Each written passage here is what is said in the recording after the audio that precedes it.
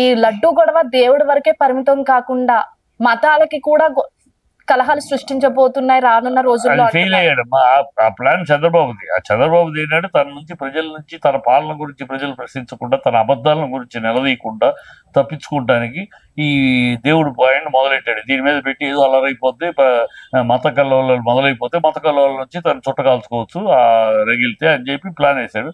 అది ముందే గ్రహించిన జగన్ ఈ ఈ ఎత్తుగడ వేస్తున్నాడు కనుక నేను వెనక్కి నేను రావట్లేదు, నేను వెళ్ళట్లేదు పైకి తిరుపతికి అన్నాడు.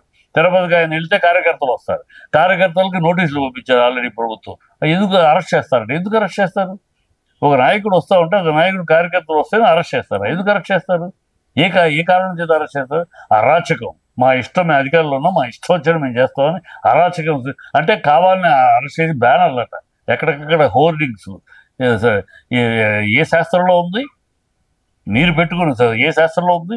యాగమ శాస్త్రంలో ఉందా, లేకపోతే వేదాల్లో ఉన్నాయా, లేకపోతే ఏ శాస్త్రంలో ఉంది? అఫిడవిట్ ఇవ్వాలి. మీరు పెట్టుకున్న చట్టం అది, మీరు పెట్టుకున్నారు. మరి గతంలో రాజశేఖర రెడ్డి గారు 5 సార్లు పట్టు వస్త్రాలు మోసారు, ఈయన 5 సార్లు పట్టు వస్త్రాలు మోసారు. ఇంకా అనేక మంది అన్యులు వచ్చారు, దర్శించుకుని వెళ్ళారు. అసలు హిందూ మతం అంటే అర్థం తెలుసా మీకు? హిందూ మతం అందరినీ హక్కులు తెచ్చుకునేది మతం, అది జీవన విధానం, మతం కాదు. మీరు ఇష్టం వచ్చాడు మీరు ఏదో పెట్టేసుకుంటే అది పెట్టాలని ఒక కమాండు, ఒక రిమాండు. మీ ఇష్టం. మీరెవరు? మీరు ప్రతినిధులా? మీరు హిందూ ప్రతినిధులా అని ఏ శాస్త్రంలో ఉంది చెప్పానండి నాకు? ఏ వేదంలో ఉంది చెప్పానండి? దేవుడు దగ్గరికి వచ్చేవాళ్ళు వాళ్ళని మీరు పెట్టుకున్నారు, మీరు 100 పెట్టుకుంటారు, అది లెక్క. మీకు మతాన్ని రాజకీయాలకి వాడుకునే బాబతో కనుక మీరు పెట్టుకుంటారు అల్లి.